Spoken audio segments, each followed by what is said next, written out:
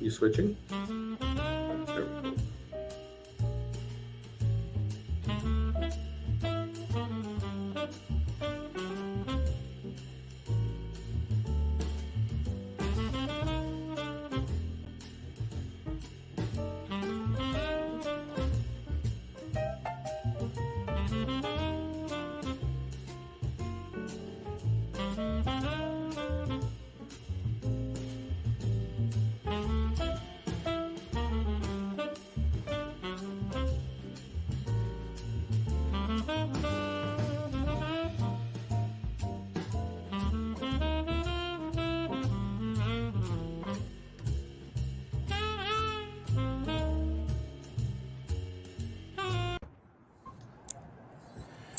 Good afternoon, good morning. My name is Mike Ungar, and I am one of the co-founders of the Industry 4.0 Club. We're really excited today to have our Wednesday Fireside Chat with my co-host Mike Yost and Tim Linsenmeyer as our guest. Before we get to our show, just want to talk about the Industry 4.0 Club for just a minute. Our focus is to help further the adoption of Industry 4.0.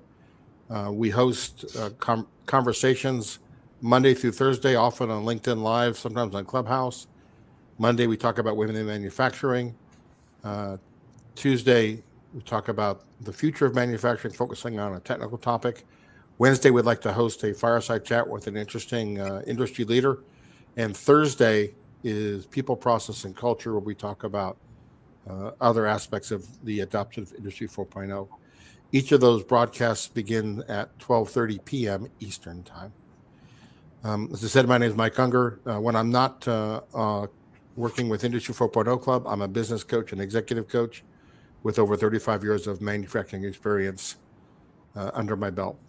I'd like to introduce Mike Yost, to introduce himself and introduce our guest. Mike? Excellent. Well, thank you, Mike. Thank you, everybody. As Mike said, my name is Mike Yost. I am the co-founder of a startup software company called Bennett AI, as well as being one of the co-founders of the Industry 4.0 Club. And I get to partner up with Mike here and have conversations with interesting folks like Tim Linsenmeyer, who is the CTO of Clover Imaging Corporation. We are going to talk today with Tim about putting technology to work to improve lives. I've known Tim for about 1.5 or 2 years, and know that he's passionate about both, about technology, about manufacturing, and about people. So with that, Tim, I just turn it over to you if you give just a quick introduction about yourself, and then we'll jump into our conversations today. Fantastic. Thank you, Mike. So my name is Tim Linsenmeyer. I'm the Chief Technology Officer at Clover Imaging. I've been here for 14 years as a CTO in manufacturing. Clover is a global manufacturer, manufacturing in Europe, Asia, and North America. And we leverage technology to drive business results, lower costs, improve EBITDA, improve operational efficiencies. And we're big fans of helping our partners, our customers, and our suppliers leverage the same technology that we use to help them further our relationship with them and enhance that, drive costs down for them. And then we also are very passionate about leveraging technology to create meaningful and empowering employment for adults with disabilities in a manufacturing, packaging, warehouse environment. And a lot of the tools that we built, we've partnered with a lot of companies, including Microsoft and Sesame, and we give all of those tools away for free to encourage other companies to be able to create an accessibility program to hire adults with disabilities. Well, that is fantastic, Tim, and something that I learned about you very quickly is that passion that you have for people and the work with that. I think you used the term empowering work, and we definitely want to talk about that as much as we can, because I know even within our club here, there are folks that are interested in that topic and looking for folks like yourself that have experience and have gotten after it. Do you want to talk at all? Maybe, I guess what comes to my mind is from a personal perspective and a corporate perspective, driving toward this empowering work for folks with disabilities. Was that a Tim thing, and how did the company support it, or was it a company thing that Tim supported? How's that work? Well, the nice thing about working at Clover is that I'm empowered. So it's easier to ask for forgiveness than permission, right? So I have a couple of people with disabilities in my family. My daughter adopted my granddaughter Ellie, who has Down syndrome, and my son Jeff. He's 35 years old. He has epilepsy, autism, and diabetes, and some other challenges going on. But he just loves life, and he works at Lowe's, and he works at Lowe's for the last 14 years, and he does a lot of things there, but he has a coach with him all the time. And when we were looking at trying to create employment opportunities for adults with disabilities, our goal was to create independent, meaningful employment opportunities. If you look at a lot of the grocery stores, they have people with disabilities at the end of the line because it's right near the cashier, so the cashier can help them if they get stuck. And that's great that these companies are hiring adults with disabilities, but we really wanted to move the needle and create independent, empowering employment opportunities for those less fortunate. And we do a lot of work with Microsoft, and we were using a lot of AI and ML, artificial intelligence and machine learning in our warehouses. And we thought, well, hey, why can't we just use this technology, change it a little bit, and be able to coach through wearables and through technology, be able to coach adults with disabilities to be able to work in our manufacturing and packaging and warehouse environment. And with the help of Microsoft, we did it. It was pretty cool. And we took people that had autism and Down syndrome in our warehouse and had them work there. So we were training the model on how they speak, how they talk, how they listen, the way they think, their thought process, their math level, and their speed at which they walk, how much directions they need. So we just spent a lot of time watching them live, capturing the data and retraining the model. And we had a lot of success at it. And then we just gave it away to anybody that wants to use it to help move the needle for hiring adults with disabilities. So you jumped pretty quickly there. So when you say the model, you mean an artificial intelligence model? What kind of model are we talking about? Well, with the tools that we built, we have several models. One is a speech model. So adults with disabilities have varying degrees of speech challenges, whether they stammer, stutter, they garble when they talk, or they can't get the words out. And so we train the model that the more the adult with disabilities use it, the more the model understands how they speak. And we do voice to text and text to voice. So when they say something, we'll show them what the bot thought it heard, and then the bot will say it, and then the bot will send them a response. It'll say a response to them, but it'll also display what the bot is saying. So even if we got it wrong, then the child or the individual, the adult, can say it again. So we trained their speech model was the first part.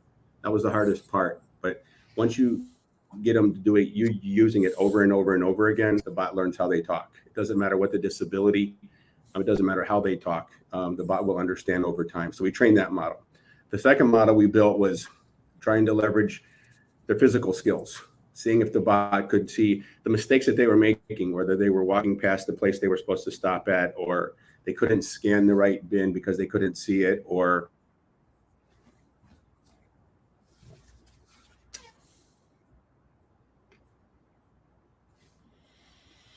Oh, Mike, did we lose Tim? Tim broke up there for a second. Hopefully we get him back here in a minute. Yes. So while we're waiting, that's really remarkable to think that technology is actually helping. I'd heard about the speech model before, where, I mean, it's normal technology, right? Because a voice-activated support system, whether I've got a disability or don't have a disability, gets used to hearing me talk and my syntax and can adapt to mine. So we've lost him altogether. So let's see if we can get him back. All right, I will shoot him a text. But I'm really interested in the physical. Oh, he's gone and he's back hopefully in a minute. Yeah. And then we have, of course, the physical model, which I'm actually really interested to see how. There we go. We got him back. Now you're on mute, Tim.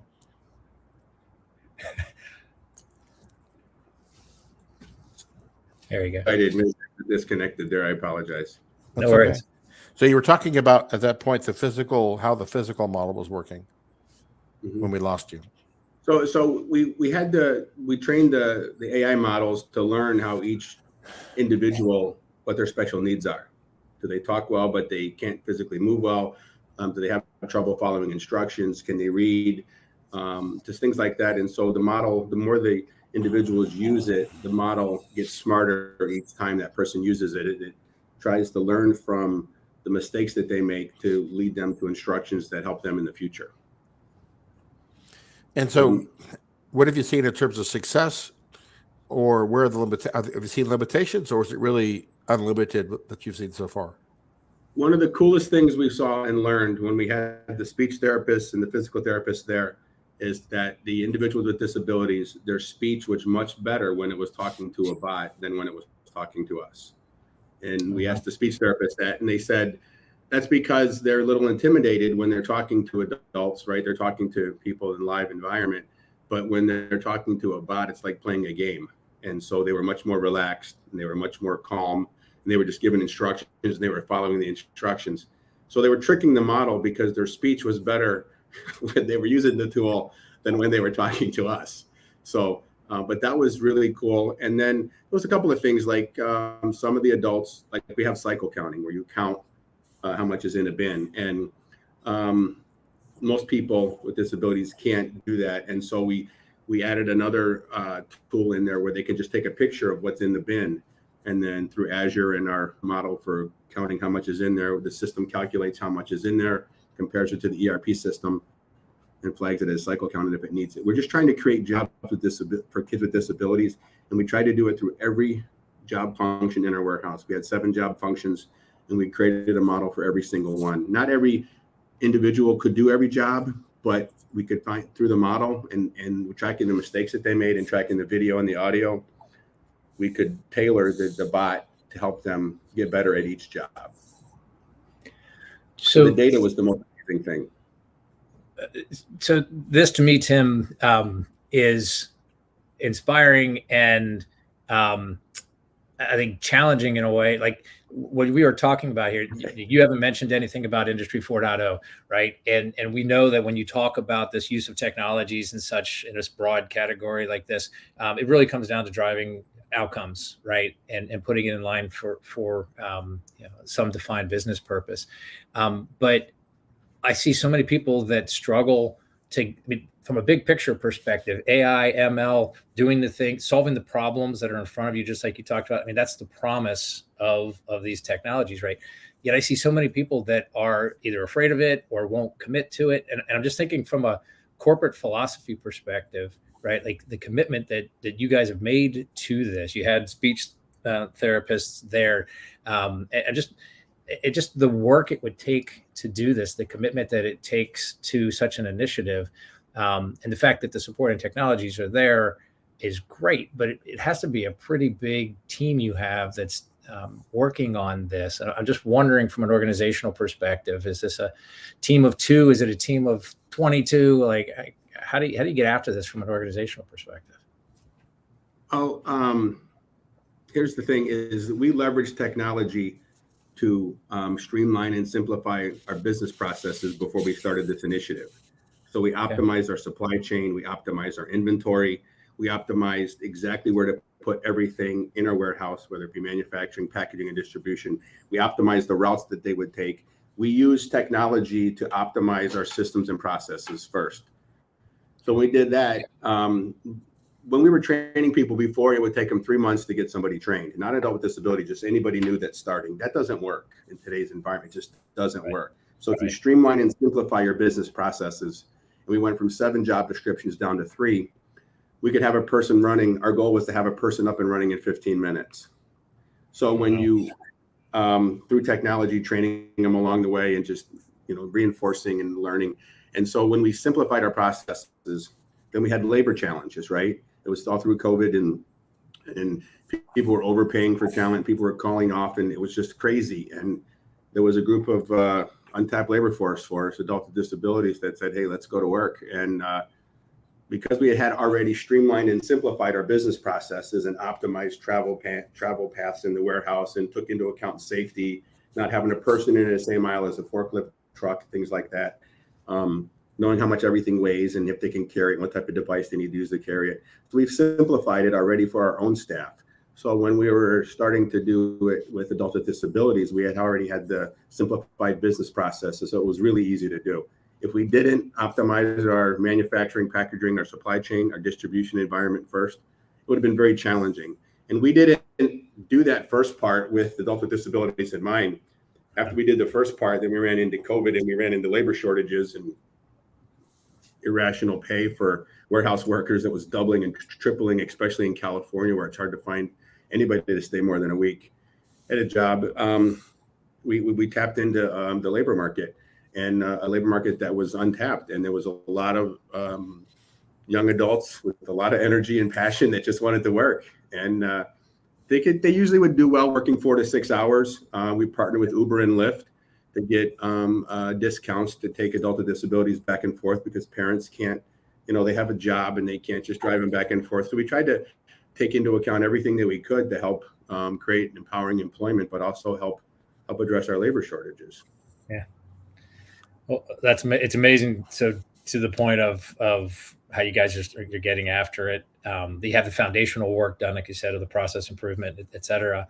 And then you can layer these technologies in, and creative thinking, out of the box thinking. So many people are stuck with the labor shortages right now and going like, where do we turn? Right.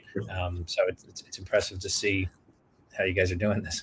Yeah. Microsoft is a big partner for us too. I'm going to give credit to Microsoft. They're a big partner. They helped us out a lot. I mean, we get credit for a lot of things, but we just leveraged their technology and they really helped us. They really helped us when they saw what we were doing. They invested in it. They helped pay for some of it. They helped give us some access to their talent. We went to Redmond a couple of times to learn how to do it. They were so grateful, and they just helped us give it away, which was really cool in GitHub. Yeah. It's amazing when you talk about what I hear you describing as an extremely adaptive work environment. Okay.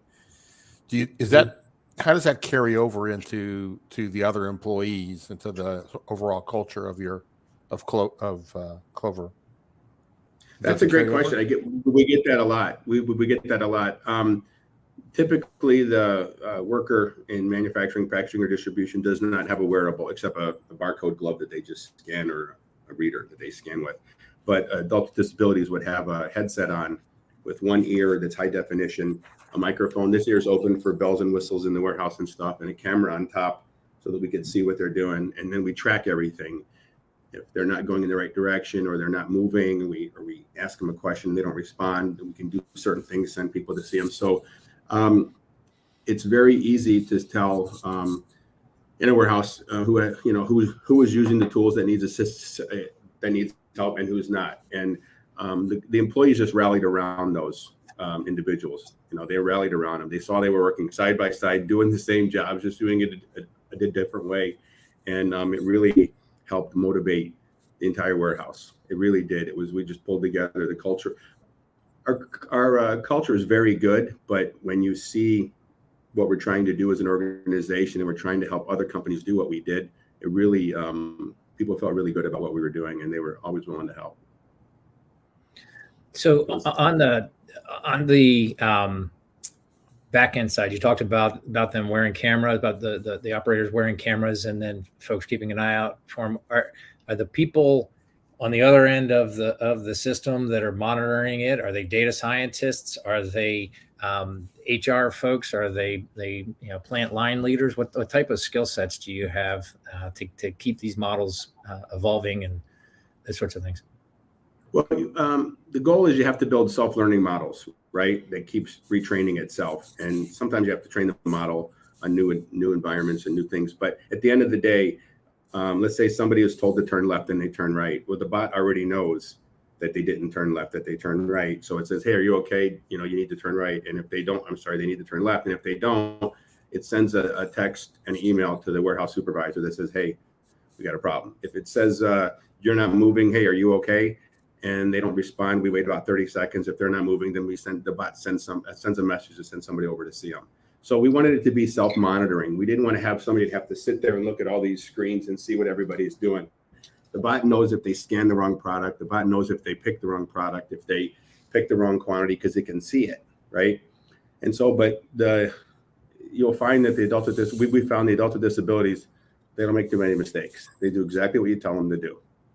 That's perfect. And they love doing it, and they don't complain. They don't take breaks. They love what they do. And They're very. We interviewed afterwards. We interviewed a lot of them, and a couple of them said they felt like Superman or a superhero, and they got to do a job and they got to have fun.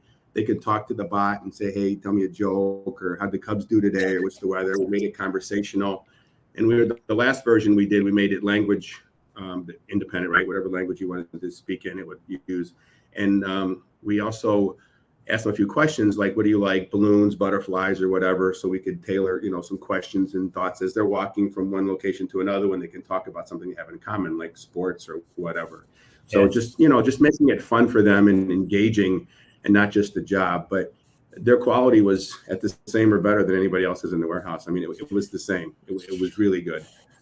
Do you find, sorry, Mike. Well, I was just going to say, when you told it to ask, you said you could ask a joke and then asked how the Cubs were doing. I was going to ask if that was the joke, but that's okay. I knew that was coming. I knew I shouldn't have said that. Oh man, that's just for Chicago fans. That was for White Sox fans, anyway. No, so I wanted to ask you. That's interesting because you talk about supervisor, and does it cost more? Does it cost you more operationally, or is it less expensive to run like this? I mean, human side. The initial investment you have to assume that the initial investment in technology it's a lot of money, right? But once you have it built, right, then it's just maintaining it, and that's minimal. There is an investment in the wearables. The wearables, the barcode glove that you scan with is about $400. The headset, high definition in 1 year. This is open with a high definition microphone. That's about $350. The camera was another couple of $100, right? Right. The screen that we have to put on our carts, that was about $500 with big text that we wanted, big fonts. So that investment was fixed. After you spent that, the training model, I mean, the money that we saved on training employees when they start, which is unbelievable. I mean, You could start right away. You guys could come to our warehouse.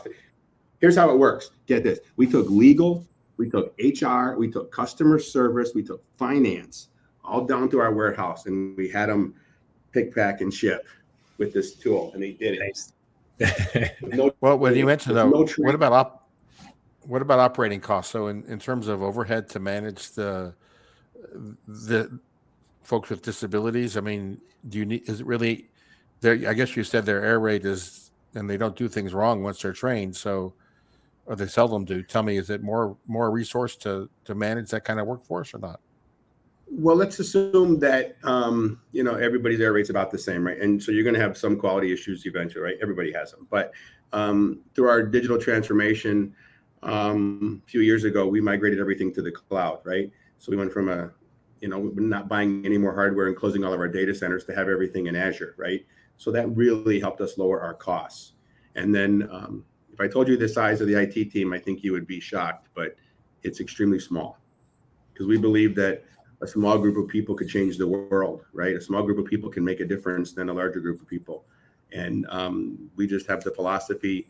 I call my team the Spartans, and we have this philosophy that says, don't tell us how many of the enemy there are. You just tell us where they are. In other words, tell us how hard the project is. Don't tell us. We don't care. Just tell us what you want done and get out of the way. And the team is driven. They're focused. They're empowered. And the hardest part is keeping them because we train them, we empower them, we get them to learn new things. And but it's a small group of empowered IT people that just love making a difference in the business.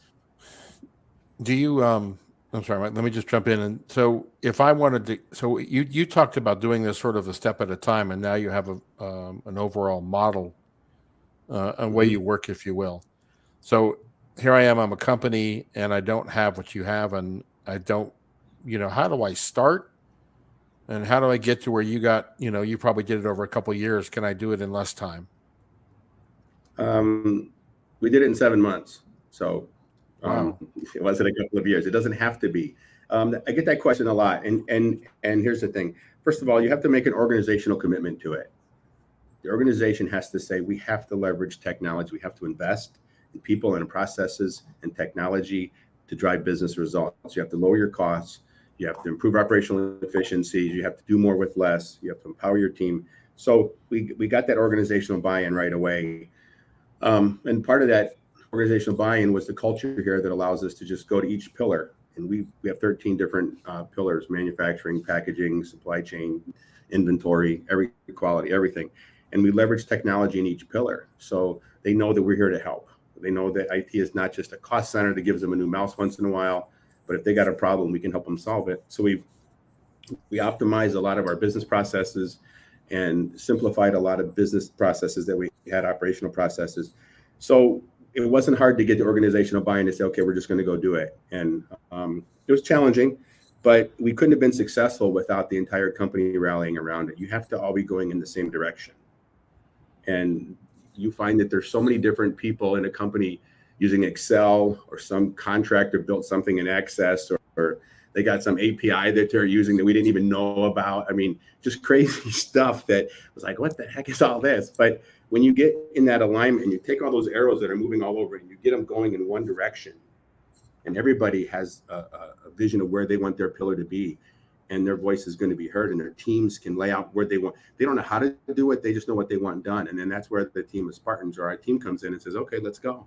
Let's take a business process. Let's look at the data and let's go. So the organizational commitment was huge, unbelievable. The financial commitment was there, but the ROI was just like, when we went to the cloud and closed our data centers and improved our business models and leveraged AI to help us with so much of our supply chain and so much of our forecasting and our purchase orders. I mean, it just changed our business. It paid for itself at way more than what it costs. Well, It wasn't that hard.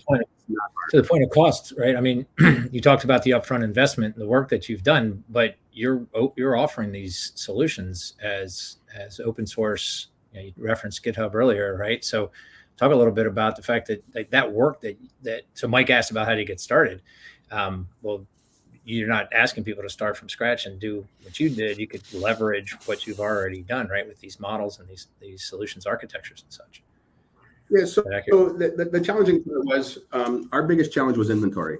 As a manufacturer, you have too much inventory, that hurts you, because you have to put it somewhere, right? And you have to use cash to make it, and you have to use cash to buy all the components and the labor and shipping it all around. And so we used machine learning and artificial intelligence to help right size our supply chain.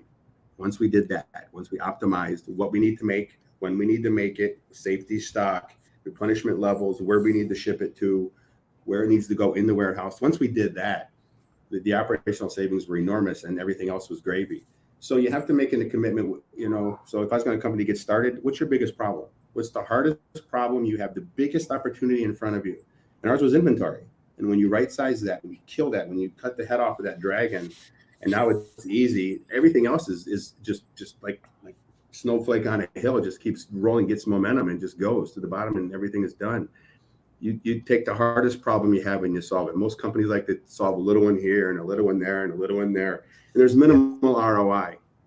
No, take the biggest, nastiest one, and everybody get in a room and say, okay, let's slay this dragon and go. And so that's kind of what we did. I recommend that to this day.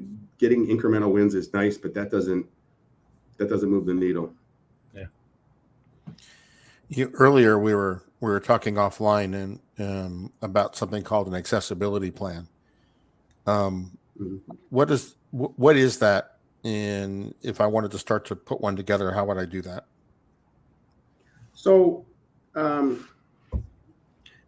just about everybody knows somebody who's disabled, right? Everybody, a friend, a family member, a colleague's daughter, whatever. And so you have to decide, like, it's almost like a sustainability too. You want to do the right things to take care of the earth and be a very green company and recycle and save everything, but you also want to be able to help those less fortunate. And so we combine sustainability and accessibility. We kind of tackle them at the same time. And we just felt that we wanted to give back, right? We're very big in sustainability. Microsoft has given us a lot of help in that arena, but we also wanted to give back to the communities that we are in, and also to help other companies see what we did. And again, it's just a cultural change, a mindset that says, do what's right, you know? And it was engaging, it was fun, and it wasn't that hard. So we decided that when we created our accessibility program, we wanted to help other companies do that. And the easiest way we could do it would be to give away the technology that we built. That's why we published it on GitHub. Now, the supply chain solution that we built with machine learning and artificial intelligence to manage inventory, I can't give that one away, but but we are helping our suppliers and some of our customers manage their inventory with that. And that gets us sticky with them, and it builds our relationship with them. So there's a lot of solutions out there that do that, and just apply technology to your biggest challenge, and you'll be surprised how easy it is to solve. That's amazing. So you said you published the accessibility plan on GitHub? GitHub, yes, we did. And I can send you guys a link on it, but if anybody has any questions or comments that they want to ask about how we did and what we did, we'll be willing to talk to anybody. I mean, we were very open about that. I've been to hundreds of companies around the world, and we invite them in. If they're around this area, we have them come in and see our facility, have them work in our warehouse. I mean, you guys sign an NDA, but at the end of the day, we want to show the art of the possible, show companies that we're all in this together, right? And the more ideas we come up with, why GitHub was created was to put the source up there, and somebody brings it down and makes it better and then pushes it back up, right? And then somebody brings it down and adds another enhancement to it and pushes it back up. The concept is that it's forever improving, and one company can benefit from what another company did, and it's all open source. So if we can take advantage of that and get teams of developers around the world just creating tools and leveraging off what we did to create more jobs for those less fortunate, that's great. Like, one company we're talking to is it's a restaurant, and they want to have adults with disabilities come in and take orders. So they walk up to a table and they got a headset on, and the bot will say, ask the gentleman to your left what he would like to drink. And she doesn't have to write anything down because the bot hears what they said, right? And if the person says, I want a steak, then the bot prompts the person to say, hey, ask them how they like their steak done. They order a salad. How would they like what dressing would they like on their salad? You just take this technology and you can apply it to just about any job that you think is what this person with disabilities can't do. We had a hospitality company call us and say, can you train the bot to have them clean hotel rooms? Sure. Just give us a task list, and then the bot will just walk them through it. And it inspects it along the way with the camera and the visual inspection.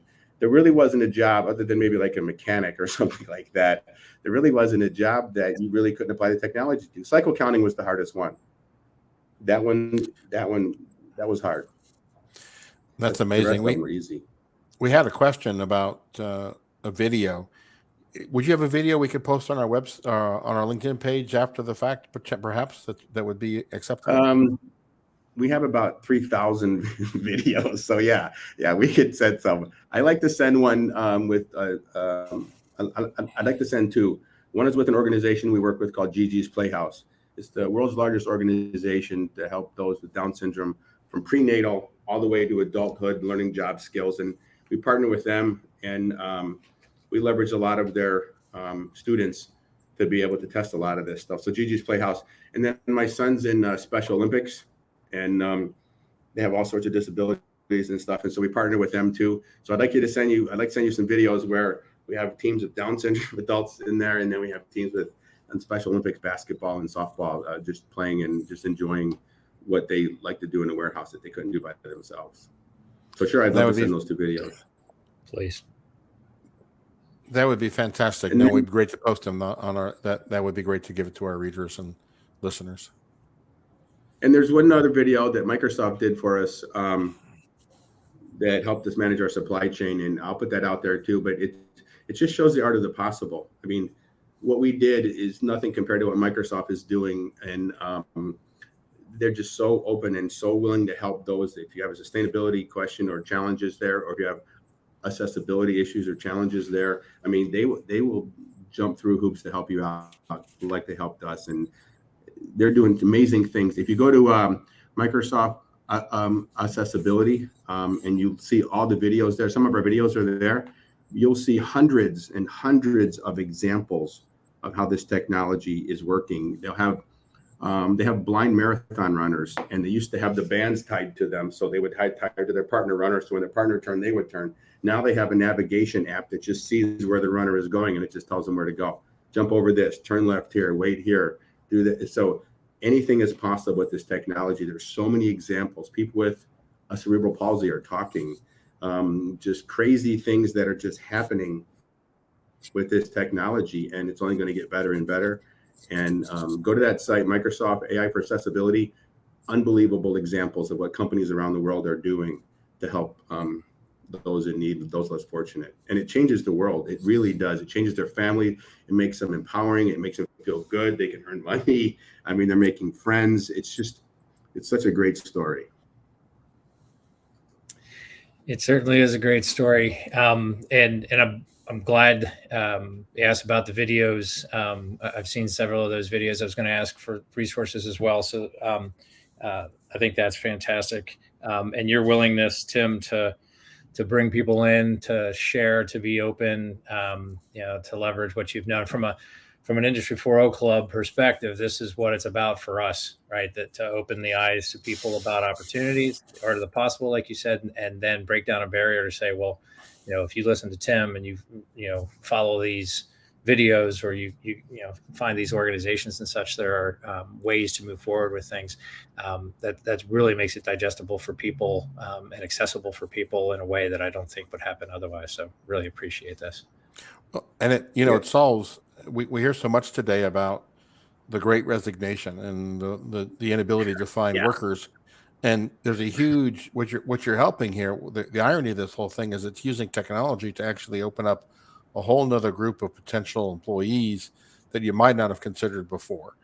And folks that once they're in your company because they enjoy what they're doing and you have the resources to help them, they aren't leaving, they aren't resigning. I'm guessing you have good retention there as well. Absolutely. It's a cultural thing. I wanted to mention something because you brought up something that made me think. I will be willing to talk to any company that has questions or wants to talk or wants my opinion or just has a problem. They want to talk to people on my team. We just love talking manufacturing. we just love talking it. So if they got some challenges and they want to talk about it or some ideas, that's great. One thing I wanted to mention too is when we started this, when we were first picking in the warehouse before we started our journey, we were picking at a rate of 17 items an hour. An item is one item on an order, okay? One item on an order, we're picking at 17 an hour. Today, we're picking at over 150. And we have 1/3 the pickers that we had from 3 or 4 years ago. And it's because we optimized the right product in the right location, in the right shelving, with the right rules. I mean, it wasn't hard. It was just a little bit of work. And once we did that, and accounting and finance saw it, they're like, go do it. Go do whatever you want. Go spend a lot of time out there. It wasn't hard, but the numbers were staggering. Every time we tried to put ROI on something, it far exceeded what we expected. Just unbelievable. I'll just give you another example. We had in one facility, we had 15 forklift trucks at $1,500 a month. Today we have 4 because we put all of the product on the floor. And we just use the forklift trucks for replenishment. Before we were using the trucks to pick product all over the warehouse. We don't have to do that anymore. So we're saving a tremendous amount of money and leveraging technology, where to put the product in the right space, and safety and security and efficiency. And it really lowers the costs. It's worth the investment. Did you have a partner that helped you get started, or was this all done internally? Microsoft helped. When we started this, we didn't have the IT talent to do it, but we had the heart, we had the passion, we had the desire, and that's really all that you need. And once you have that, you get a little bit of training, you get some assistance. We brought in a couple of consultants because we didn't have machine learning or data scientists at all. So we did have to, Microsoft helped us with that. Like I said, we went to Redmond a few times and met with their data scientists. And then we went to Cambridge because they have another data science campus there.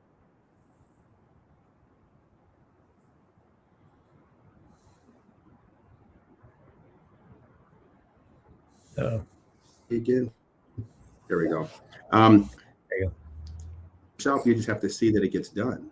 And if you need a little bit of help with a partner or Microsoft, then go do it. We're never going to have a team of data scientists. It's just too expensive. It's not practical. It's not. So you have to know when to outsource. And it wasn't that hard. How'd you overcome? So we hear a lot about, and you keep using the word IT, so I appreciate that. We keep hearing a lot about the IT-OT conflict. Was there one at the beginning? Oh yeah. Oh yeah. Yeah. How'd you overcome that? Well, the needs of the many outweigh the wants of the few. Okay, it's from Spock in Star Trek. And once you determine the best plan to go, the place to go, where you need to be, it doesn't. we don't care who's right or who's wrong. That's the plan. We're all getting behind it, and we're just going to go. And when you get a couple of victories behind you, then all that other conflict and pushing and you can't do that, and that's no, that's my pillar. All that goes away. We don't have that. We had it in the beginning, and you have to get on board right away. And if you don't get on board, then you need to get on another ship. I mean, you don't have a choice. And change is coming, and it's coming at an accelerated rate. You cannot. You have to be a change agent. You have no choice now. The way that the economy, the country, the world, the technology, everything is changing, and you have to embrace and drive changes. It's one of our core values: embrace and drive change. You have no choice. Think outside the box, embrace and drive change, challenge your peers. You have to keep moving forward. And the thing about Industry 4.0, this digital transformation, is it's definitely a journey. There is no destination. You will never get to the end. It is ever changing, and there's new technology coming out that's from Microsoft. I can't let it out of the bag yet because it's not out yet, but it's technology that allows companies to do what we did without data scientists. They can do it themselves. Yeah. We're piloting that with Microsoft now, and that is a game changer because data scientists are extremely expensive. There's only about 11,000 data scientists in the world, and between Amazon, Microsoft, and Google, Facebook, they have almost all of them. So the concept was to build a technology that doesn't need data scientists or that doesn't need as many. And we're piloting that with them, and it's pretty impressive technology. It's a game changer, and it makes things easier. It makes it much easier to go. And the typical AI model, ML model, takes 9 months to a year to build. With this technology, you can do it in 3 to 6 months. And you need less people. So it's very impressive where technology is going. I'm meant to do things faster and better and smarter. And it's very inexpensive. To me, there are a lot of takeaways from today's conversation, but one of them that I'd like to pull out, if folks haven't grasped it, is your focus on change, your focus, your grabbing hold of that mindset of embracing change, et cetera. I talk with a lot of people about Industry 4.0 and usually work to draw a divide between, the technologies themselves and the sort of the Industry 3.0 automation world and such, which a lot of people are trying to strive for. But this 4.0 really should be about that transformational mindset, about doing things differently, about embracing change. So many people are trying to get in front of the technology, learn it all, figure it all out, and then determine where to put it. You can't keep up with the technology, right? You got to be focused on your business and your problems. And that's the hardest part. Yeah, so I just want to make sure everybody gets the fact that you can't keep reinventing. You can't keep upgrading your ERP system. You can't keep. Yeah, it's hard. Yeah. Well, we've had. I just want to share. We got a couple of folks that shared some really cool comments as we get ready to wrap up here. Somebody, and I'm sorry for not pronouncing your name. We're going to call you S for the moment. Certainly is thankful for what you're doing, and I also thought I'd share with you here. Karen talked about how impressed she was as well with what's going on. So thanks a lot for sharing all this great information with us and really inspiring us. So that's really wonderful. Mike, any last questions or comments for Tim that you'd like to ask? No, I mean, I'll give him the floor for, any final statements he'd like to say. I mean, I would like to let others know that, within the Industry 4.0 Club, there is a passion towards helping people as well. And there's some work brewing to focus specifically in on how to help folks, with disabilities. So I think we will be tapping Tim in those areas as the other parts of our club get engaged in that work. But no, I mean, I have nothing else other than just to give Tim the final opportunity. If there's anything you want to leave the audience with today, Tim. Well, I'm on LinkedIn, and please reach out to me if you have any questions or comments. But that organizational buy-in in the company is the most important thing. You can't do. We did it rogue when we started this in 2017, and we were successful. But I don't recommend going down that road. Just a quick story. When I told the company what we wanted to do, they said, "Have you done that before?" I said, "No." You know how much it's going to cost? I said, "No." You know how long it's going to take? I said, "No." You know if it's going to work? No, not really sure about that. And they said, "Don't do it." But we went ahead and did it anyway, and it worked. And in 7 months, we transformed the company. I don't recommend that at all, just approach, but when we had that level of success, everything else is much easier, right? Yeah. And I'm a little bit more structured than I was before, but at the end of the day, you have to believe that it's possible, and you have to get buy-in. And when you get buy-in and know that it's going to work, and you run a small pilot and it works, and you get momentum, and you get energy, and you get passion, you get cost savings, and you get finance and accounting behind it, you get the C-level players behind it, it'll just roll. You can't stop the momentum after that. Well, and to your earlier point, excellent. To our earlier point, the small wins does not mean you're focused on small challenges, right? I mean, like you said, you're focused on the big challenges. You're getting small wins against those big challenges. So I think that's exactly.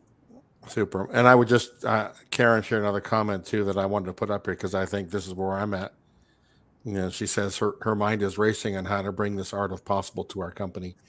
I think that we really appreciate what you've shared, and I know something we tapped into before we got on the call is you're training for a triathlon, and I think this also, you know, what I appreciated, and you talked about it for your business, but you also preach that in your personal life too, about, you know, the art of possible, and what you're trying to do to actually both personally and professionally. So I really appreciate, you know, if anybody's walking the walk, I think that you set that example for us. So thank you for that.